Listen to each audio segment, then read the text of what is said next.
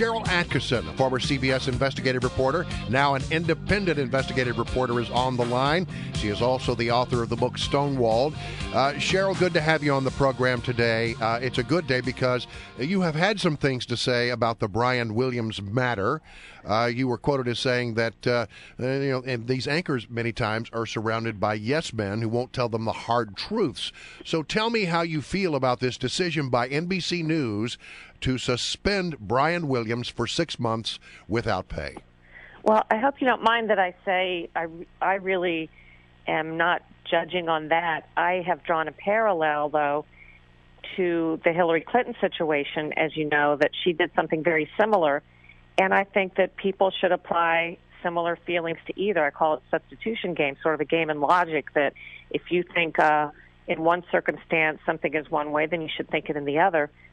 If people think Brian made a terrible breach and should lose his career, then wasn't what Hillary Clinton did really the same?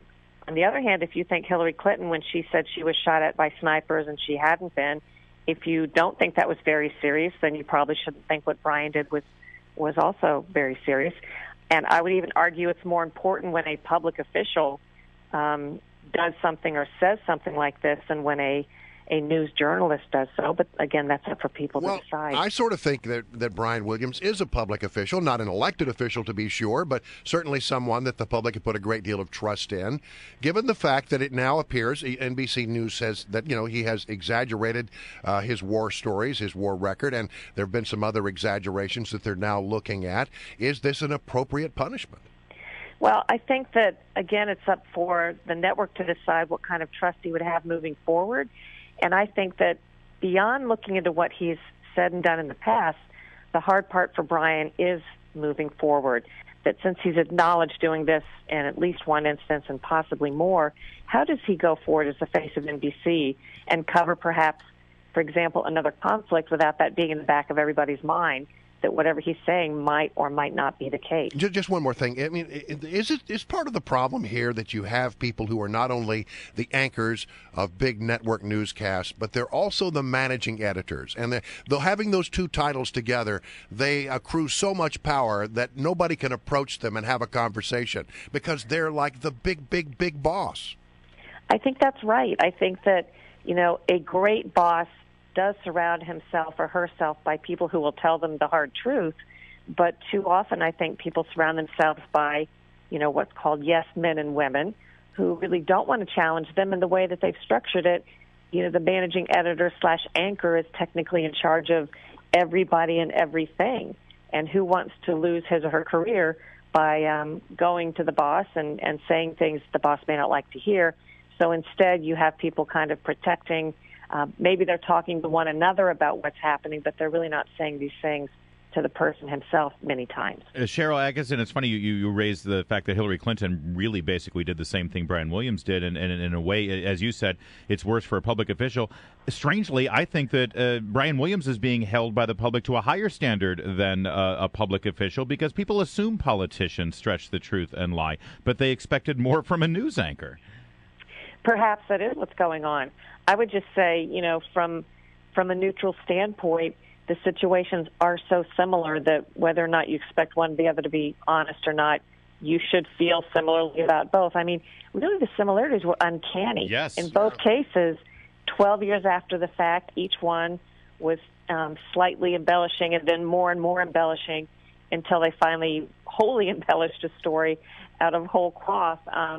Something that didn't happen, saying they had been shot at, increasing the appearance of danger, when in each case, it didn't seem like they really needed to do it because in both cases they had already done something of accomplishment that you really wouldn't need to, it would seem to me, embellish. And in both cases, they haven't yet provided a great explanation as to, were you delusional? Did you knowingly tell this falsehood over and over again? Yeah. What really happened? That's the key. Neither of them have really fully come clean on this and explained it. Let's go back to really more to the larger question of what a network news anchor does at this point, what their job is. One thing that everyone seems to be saying about Brian Williams and what may save him here is that people like him and that he's very likable and he gets pretty good ratings. Is that really what the job is boiling down to at this point? And frankly, is that a bad thing? Well, to a large degree, that is the job, sort of trust, likability, relatability, all of those things. And, while the viewers indeed, I think, do like Brian Williams, and I've heard a lot of people who are so disappointed who have said to me, I really thought he was kind of like a guy like us, and I really liked him.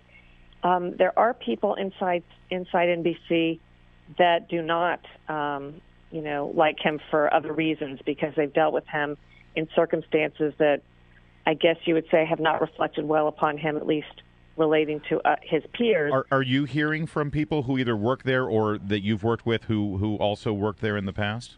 Yes. And what are they telling you? Well, again, I'm sure he has plenty of friends and supporters there, but I've also heard from some who, one described to me, he used the word gleeful, meaning people are kind of thinking he's gotten his comeuppance for things that he's done in the past. And some of it is the mere, described as the big footing that just happens ordinarily, where maybe an anchor won't necessarily, it's not so much embellishing as maybe stealing an anecdote or taking someone else's story and kind of taking the glory away from the person in the field doing the work and that sort of thing. But among some, he has been known for that. And so there is not, I wouldn't say there's total support for him inside NBC, although I'm sure he does certainly have his friends and supporters there. Do you think he'll ever be the anchor of the NBC Nightly News again? Because, it seems to me that if you return as anchor in 6 months, and I guess a lot of people are going to get tryouts in between now and then. But if you return, and the first time you sit down to do that hard interview in which you point out the inconsistencies in something that a politician has said, you are vulnerable because you have yourself said things that had inconsistencies. Right. I think that's very difficult. I think it limits what he can do in the future.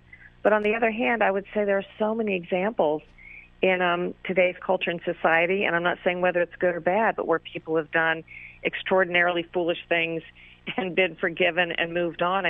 There are many examples even in the news business of things that have happened or accidents that have been manufactured. Do you remember the young girl some years back that pretended she was in deep flood water and, paddling very deeply in some crisis situation, and then somebody walked behind her in the camera and you could see that she was barely ankle deep. Right. And I don't think that, someone told me the other day they brought that up, and someone said she got a promotion after that. Yeah. The Dateline, the explosion, the Dateline set a car on fire, in essence, to simulate what they thought would really happen, but they didn't tell anybody they had rigged a car with explosions or a vehicle. And some of those people survived, even though they took some immediate action. Some of those people definitely survived in their careers. And so it is possible for people to move on, and who knows, maybe Brian will as well. Really fast, we're almost out of time, Cheryl Atkinson, but the Trey Gowdy's committee, Special Select Committee on Benghazi, has been moving forward. I wonder if anything jumps out at you yet or what you're looking forward to. Well, I do think that they've got a good list of witnesses that they've put out now, some of whom have never been interviewed, despite the fact that there's been all this reporting saying all the questions have been asked and so on. No, that's not the case. Many documents have yet to be turned over. Some witnesses, very important ones, have never been interviewed. No committee has looked at all of the angles, not just their small slice of oversight, but the whole thing from the State Department to the White House to the Intelligence Committee, to everything. That's what they're trying to do. My main observation is 2.5 years plus after the fact. I think it's more difficult to get at the real truth. I think it's an exercise worth doing, but it's been a lot of time has passed, a lot of stories have changed, and we'll see what they come up with. All right, Cheryl, great to have you, Cheryl, and we'll have you again as that committee moves forward.